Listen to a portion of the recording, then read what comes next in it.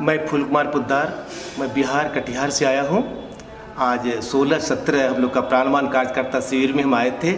हमारे साथ करीब 85 लोग आए हैं और इस साधना में हम भाग लिए इसमें कार्यक्रम में। तो अब तक जो हमने देखा कि यहाँ पर जो गुरुदेव का जो तपस्थली है, कहा जाता था कि वहाँ पर जो कोई जाते हैं और अपने पुण्य का फल प्राप्त करके आते हैं, उनकी मनोकामनाएं सिद्ध होती है, ऐसा कहा जाता है। तो मुझे भी पूर्ण विश्वास है कि यहाँ पर जो आएगा वो खाली हाथ नहीं जाएगा, क्योंकि मैं 5 दिन से अनुभव कर रहा हूँ यहाँ का जो मुझे प्यार मिल रहा है।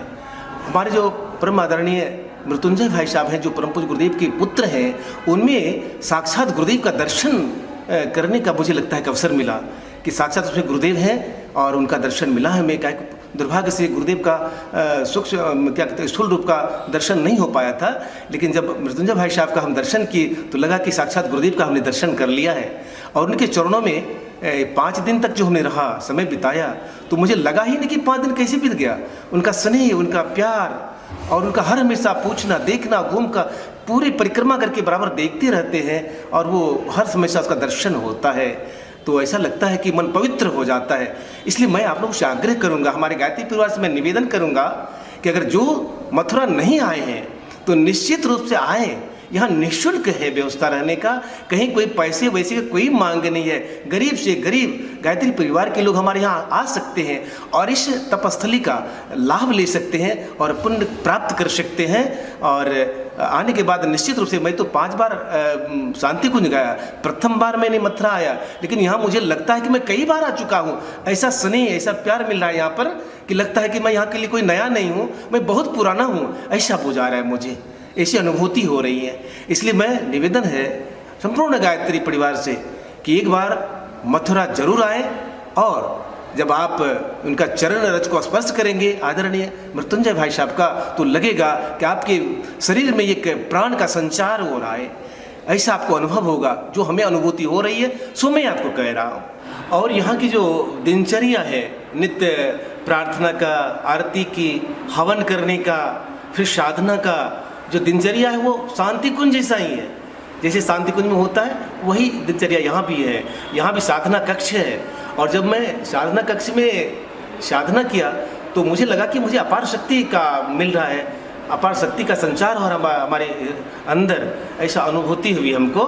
और यहाँ पर जो है गुरुदेव और माता जी का लगता है कि साक्षात उनकी आत्मा यहाँ विराजमान है और उनका दर्शन हमको लगता है, आंख बंद होती है तो लगता है कि परम पूज्य गुरुदेव और माता जी वो साक्षात सामने है और उनका अनुदान वरदान, उनका आशीर्वाद हमें मिल रहा है। बहुत शांति मिलती है यहाँ पर आने के बाद। और हमको लगता है कि अंदर में एक जो ऊर्जा पैदा होता है साधना से, वो ऊर्जा वो मुझे हम बखान नहीं कर सकते, कह नहीं सकते। जब आएंगे तो आपको स्वतः अनुभव होगा कि हम कहाँ आए हैं, ये गायत्री तपोभूमि मथुरा क्या है, यहाँ कैसी शक्ति की का संचार होता है, इसकी अनुभूति आपको स्वयं होगा अगर आप आएंगे तो। इसलिए एक बार जरूर आए और यहाँ पर गुरुदेव का जो शक्ति का जो प्रवाह चल रहा है तपोस्थली में, चूँकि यहाँ पर कोई वैसा मंदिर नहीं है, तीर्थ नहीं है, ये तो गुरुदेव का तपस्थली है जहाँ से आपकी गुरुदेव ने इतने 30 वर्षों तक तपस्या किया था और उनके 30 वर्षों की तपस्या का साधना का लाभ यहाँ शिष्यों को मिलता है और निश्चित रूप मिलता है। आप जब आएंगे तो आपको स्वतः यह अनुभूति होगी कि सचमुच में ये तीर्थ कितना पावन है, कितना पवित्र है परम पूज्य गुरुदेव का यह तपस्थली। हम ग्रेजुएशन का फाइनल ईयर में थे 1987 में, तो अनायास ही हम एक यज्ञ देखने पहुँचे थे और वहाँ पर जो है हम 2 मिनट के प्रवचन से प्रभावित हो गए और एकाएक मैं जुड़ गया उस गायत्री परिवार से, दीक्षित हो गया वहाँ पर। तो मैं गांव के अकेला व्यक्ति था उस समय, लेकिन आज हमारे यहाँ 80% लोग हमारे गांव में गायत्री परिवार से जुड़ गए हैं गुरुदेव की कृपा से। अगल बगल के गांव में भी काफ़ी विस्तार हो रहा है गायत्री परिवार का। तो मैं छोटा मोटा कार्यक्रम करा लेता हूँ 5 कुंडी 9 कुंडी तक। तो एक बार 9 कुंडी यज्ञ कराने के लिए कटिहार जिला के हसनगंज प्रखंड में नारियलवाड़ी का है, जो राधा उराव के आयोजक थे उनके, तो वहाँ मैं यज्ञ कराने के लिए गया। तो सुबह क्या हुआ कि वो कलश यात्रा के लिए एक व्यक्ति जो है किसी बच्चे से पैसा ले लिया था, वो शराब पी लिया। शराब पी करके वो नारियल तोड़ने के लिए चढ़ गया था गाछ पर, उसी आयोजक का वहाँ से जब नारियल तोड़ने लगा तो वहाँ से बिल्कुल आसमान में था, बहुत बड़ी लंबी गाछ था, लंबा नारियल का। अब वहाँ से वो एकदम पूरा ज़मीन जो है एकदम रीठा ज़मीन था, उस पर आसमान से गिर गया वहाँ से गाछ पर से, तो दोनों घुटना जो है उसका ज़मीन में धंस गया और उसका हड्डी जो है फुट करके जो वो अंदर घुस गया। तो हम प्रार्थना कर ले गुरुदेव से कि अगर यदि ये मर जाता है गुरुदेव तो फिर ये पूरा जग ही समाप्त हो जाएगा और ये अबजस लग जाएगा। तो हम वहाँ पर एक व्रत रख लिए कि जब तक इसका कोई समाचार न सुनो अच्छा रहने का, तब तक मैं जल ग्रहण नहीं करूँगा, अन्न नहीं करूँगा ग्रहण। तो मैं वहाँ पर अखंड माला जाप कुछ साथियों को अखंड माला जाप में लगा दिया। तो शाम में समाचार मिलता है कि वो आदमी स्वस्थ है, अब वो स्वस्थ हो गए और फिर बाद में पता चला कि आज तक वो जीवित है। ये गुरुदेव की असीम कृपा से वो जीवित रह गया। यहाँ पर हमको दिखाई पड़ा कि वो निश्चित रूप से गुरुदेव का चमत्कार था वहाँ पर, जो वो बच गया, जो आज तक वो जीवित है प्राणी, जो जबकि आज से 15 वर्ष पहले की घटना है। और दूसरी घटना हमारे साथ घटा कि मैं बंगाल से, एक रासाखुआ हाट है बंगाल में, तो वहाँ पर से मैं 5 कुंडी यज्ञ करा के लौट रहा था। तो ट्रेन में जब मैं अपने गांव लौट रहा था तो अपने गांव के स्टेशन है झौवा स्टेशन, तो झौवा स्टेशन में जब हमारे लोग हारमोनियम उतार रहे थे तो एक महिला की वो नाक पर गिर गया हारमोनियम और इतना ब्लड गिरने लगा। तो फिर हम हाय करने लगे, हे गुरुदेव क्या हो गया, ये तो अबजस लग जाएगा और ये क्या हो गया। तो फिर जैसे वो महिला को हम लोग गोद में उठा के नीचे उतारे, वहाँ नीचे में लिटाने के बाद फिर डॉक्टर को बुलाने का काम किया। वहाँ से डॉक्टर को बुलाए तो हम लोग देखते हैं क्या डॉक्टर चेकअप किया, कहा कि नहीं कोई क्षति नहीं हुई है। और हम प्रार्थना करने लगे गुरुदेव से, गुरुदेव क्या हो गया, माफ़ करना गुरुदेव, कोई त्रुटि हुई हो तो। लेकिन गुरुदेव की कृपा से उसका नाक का ब्लड जाना बंद हो गया और कोई भीतर में कोई क्षति नहीं हुआ था। डॉक्टर बोला कोई क्षति नहीं हुई है, हल्का ही दवाई दे दिया और बस काम चल गया। तो यहाँ पर भी गुरुदेव का एक चमत्कार देखने के लिए मिला हमको।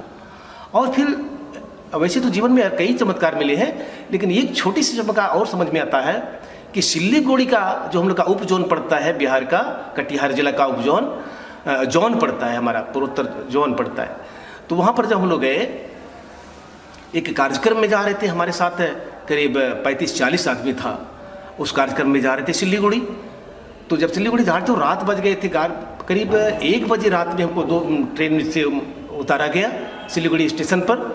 और वहाँ से जब हम लोग निकले तो झिमझिम वर्षा होने लगी और कुछ ही देर आगे बढ़ने के बाद सोचे कि हम लोग शक्तिपीठ तक पहुँच जाएँ।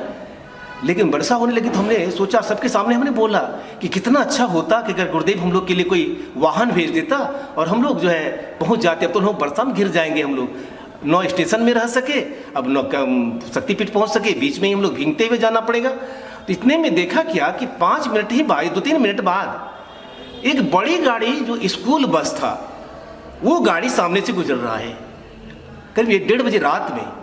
और उसके वो गाड़ी गुजर रही है तो फिर हम लोग हाथ दिए तो गाड़ी रुक गई। और गाड़ी रुक गई तो फिर कहाँ जाना है, हमको शक्तिपीठ जाना है। कहा कि देखो उस रास्ते तो हम नहीं उस रास्ते तो हमको जाना नहीं है, लेकिन तुम लोग शक्तिपीठ जा रहे हो, चलो बगल में तुम लोग को छोड़ देंगे। फिर हम लोग सारे आदमी, वो 35-40 आदमी थे, उस बस पर चढ़ गए तो वो रास्ते जो बगल होकर के फिर उन लोगों ने गया। तो फिर उनके मन में आता है कि नहीं एक काम करो भाई, ये वर्षा हो रही है, चलो इनको छोड़ दो शक्तिपीठ तक। तो फिर वो लोग जो है वो शक्तिपीठ तक छोड़ के चले गए। और जब फिर हम लोग कुछ को पैसा देने लगे तो पैसा भी नहीं लिया, नहीं भाई छोड़ो, पैसा छोड़ो, तुम लोग जाओ अपना शक्तिपीठ। और शक्तिपीठ पर ही हम लोग पहुंचा दिया। तो ऐसी घटना तो हमको लगता है गुरुदेव का एक चमत्कार है, गजब का चमत्कार है। और ऐसे अनेकों चमत्कार हुआ है, लेकिन प्रमुख रूप से ये 3 चमत्कार जो मेरे जीवन में दिखाई पड़ा, वो लगता है प्रत्यक्ष परम पूज्य गुरुदेव का साक्षात्कार दिखाई पड़ा है हमें।